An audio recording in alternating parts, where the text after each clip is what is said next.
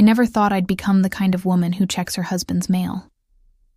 But after finding the third overdue notice from American Express hidden under a stack of magazines in David's home office, I became exactly that woman. My hands trembled as I stood in our kitchen on that crisp October morning, staring at the bold red numbers on the statement, $37,459.26. The coffee I'd just poured grew cold beside me as I flipped through page after page of charges I knew nothing about, expensive dinners at places I'd never been, hotel charges in cities David had never mentioned visiting, a $4,200 purchase at Tiffany's that certainly hadn't found its way to my jewelry box. I was 43 years old, with crow's feet forming at the corners of my eyes, and a mortgage that would take another 17 years to pay off. David and I had been married for 15 years, and until that moment, I thought we told each other everything. We weren't wealthy by Boston standards, but we were comfortable. I taught high school English, and David worked as a financial consultant. Or so I thought. The irony wasn't lost on me. When David came home that evening, I was waiting. The statement sat on our kitchen island between us like a time bomb. "What's this?"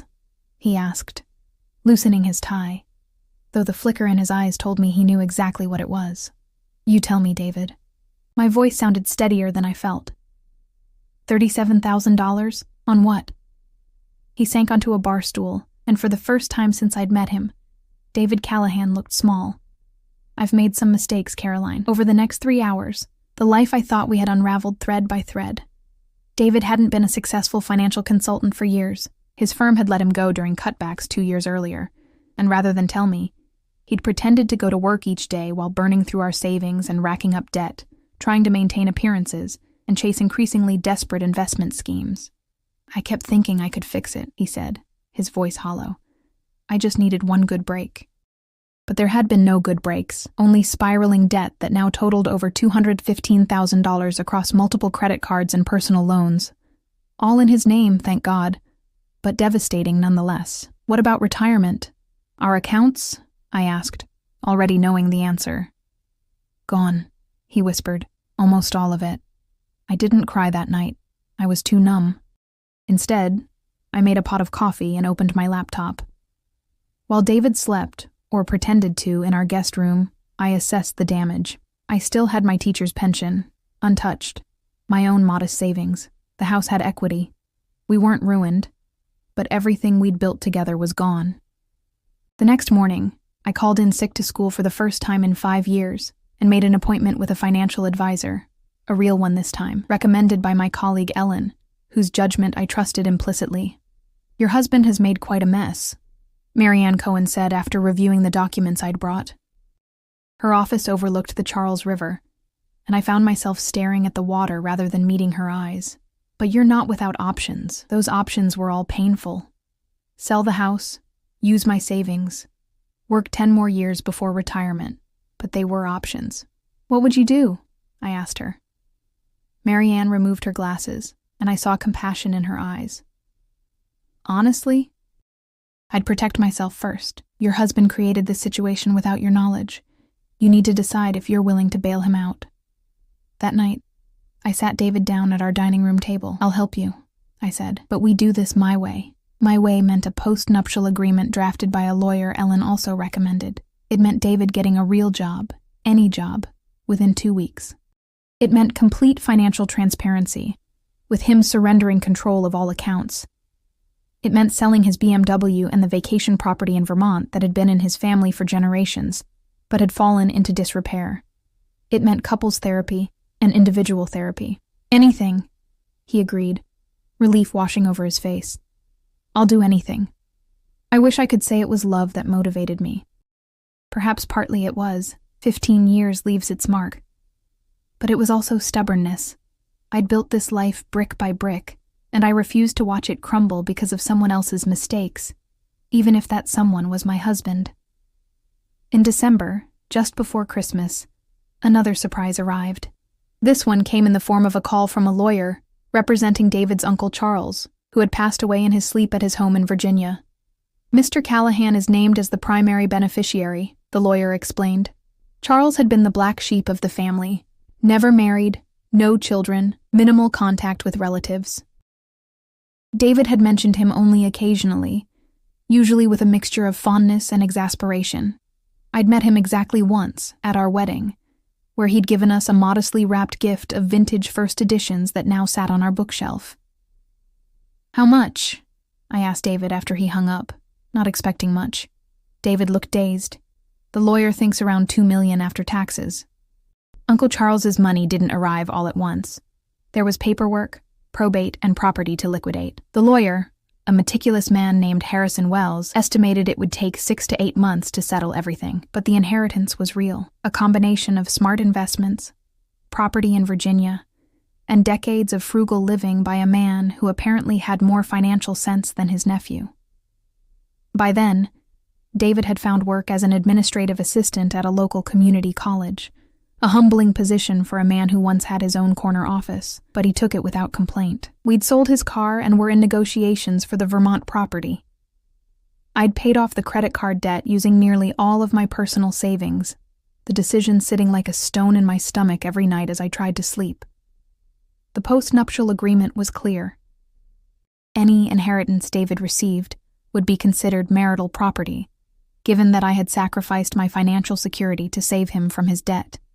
He signed it without hesitation, though I caught something in his eyes, a flicker of resistance quickly suppressed. "Do you think I'm being too harsh?" I asked Ellen over lunch in the teacher's lounge one February afternoon. Snow fell outside the windows, blanketing the school's athletic fields in white. Ellen, who had divorced her own husband after 22 years of marriage when she discovered his gambling addiction, gave me a level look. "I think you're being smart. You love him. But love doesn't pay the mortgage. Love." Did I still love David? There were moments when I caught glimpses of the man I married. His laughter when we watched old movies together, the careful way he made my tea in the mornings, his genuine connection with his community college students. But those moments existed alongside a new wariness I couldn't shake.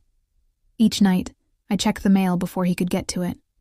I reviewed our bank statements with the diligence of an auditor. Trust, once broken, resists easy repair.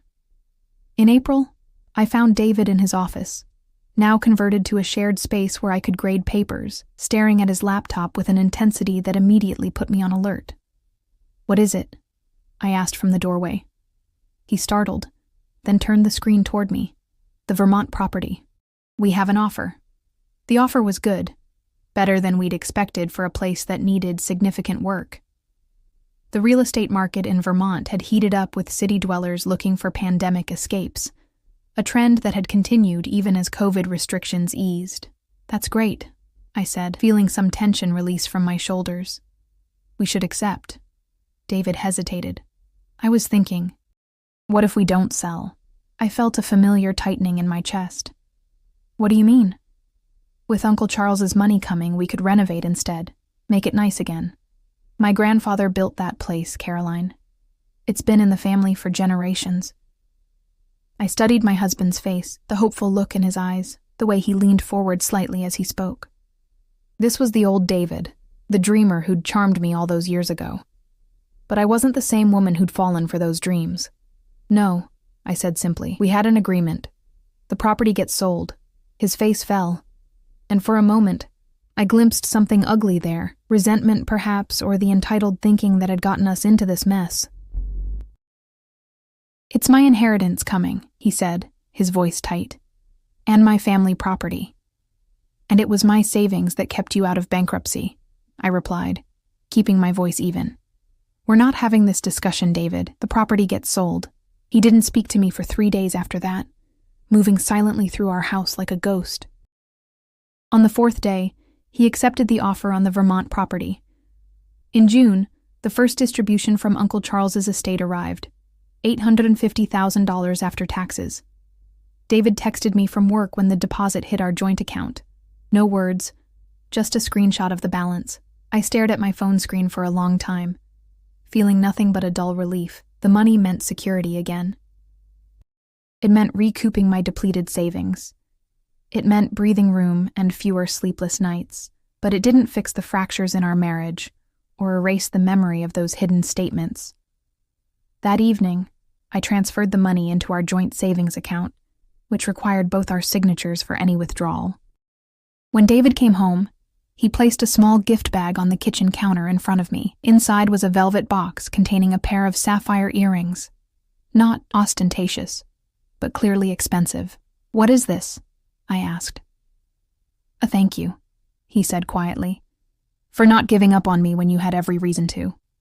I closed the box without trying them on. We agreed, no major purchases without discussing them first. His smile faltered. "It's not major, and it's just a gift, Caroline. Take them back," I said. "We need to be smart about this money." Later, lying awake beside my sleeping husband, I wondered if I'd become too controlling, too rigid in my determination to prevent another financial disaster. But then I remembered the sick feeling of discovering those debts, the betrayal that still occasionally stole my breath when I least expected it. The rest of Uncle Charles's estate was settled by late August, another $1.2 million plus the proceeds from the Virginia property sale. Combined with the Vermont property sale, which had closed in July, we had just over $2.5 million. "You should invest it," Marianne advised during our monthly meeting. "A conservative portfolio, nothing risky." "I agree," I said, ignoring David's fidgeting beside me. We'd been having this conversation for weeks. He wanted to use some of the money to start his own investment firm. I wanted security. "What about a compromise?" Marianne suggested, glancing between us. "Set aside a portion, say 10%, for David to invest as he sees fit. Consider it a calculated risk." I wanted to refuse outright, but the weeks of tension had worn me down. 5%, I countered, and full transparency. David nodded eagerly. "I can work with that." That night, he kissed me with a passion that had been absent for months, but as his hands moved over my body, all I could think about was whether I was making another mistake. Winter arrived early that year, with November bringing snow flurries and bitter winds that rattled the windows of our home. David and I had settled into a new routine, more functional than before, but with an underlying current of tension that neither of us acknowledged. His investment experiment with the 5%, approximately $125,000, was proceeding cautiously under my watchful eye. To my surprise, he'd been diligent about documentation and had even shown a restraint I hadn't expected. The rest of the money was invested conservatively, already generating reasonable returns that had restored my retirement savings and would eventually allow me to consider early retirement from teaching, if I wanted. We were, by most objective measures, in a better position than before. Yet something fundamental had shifted between us, something I couldn't quite name until the night of my school's annual faculty holiday party. "You look beautiful," David said as I finished applying lipstick. I wore a simple black dress I'd owned for years, nothing special. "Thank you," I replied, the words feeling formal on my tongue. At the party, held at the home of our principal, David charmed my colleagues as he always had. He remembered details about their lives, asked thoughtful questions about their families, laughed at the right moments. I watched him from across the room as he refilled his glass of wine, noticing how the other teachers responded to him. Ellen sidled up beside me. "You two seem better. Do we?" I murmured. "Don't you think so?" I considered the question. "We're more stable." The money helped. Ellen studied me over the rim of her glass. But I don't know if I trust him again, or if I ever will." Later that night, as we prepared for bed, David paused in the doorway of our bathroom. "Your friend Ellen mentioned you might be considering early retirement." I set down my moisturizer. "It's an option now, maybe in a few years. And you didn't think to discuss it with me?" "It was just a passing thought," I said, though it had been more than that. I'd been researching the possibility for weeks, like how selling the Vermont property was just a passing thought. There was an edge to his voice I hadn't heard in months. I turned to face him fully. "That's not fair. Isn't it? You make all the decisions now, Caroline. About our money. Yes, our money, not just yours. About our future. You control everything. Because you proved you couldn't be trusted," I shot back, the words escaping before I could contain them. The silence that followed was deafening. David's face hardened. "It's been over a year. I've done everything you asked. I took a job I'm overqualified for. I sold family property. I signed your post-nuptial agreement. I've been transparent about every penny, but it's never going to be enough for you, is it? The truth of his words stung. I'm trying, David.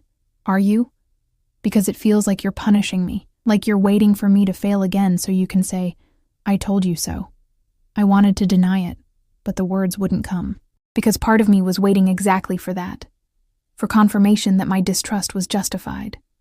I love you, he said quietly, but I can't live like this forever.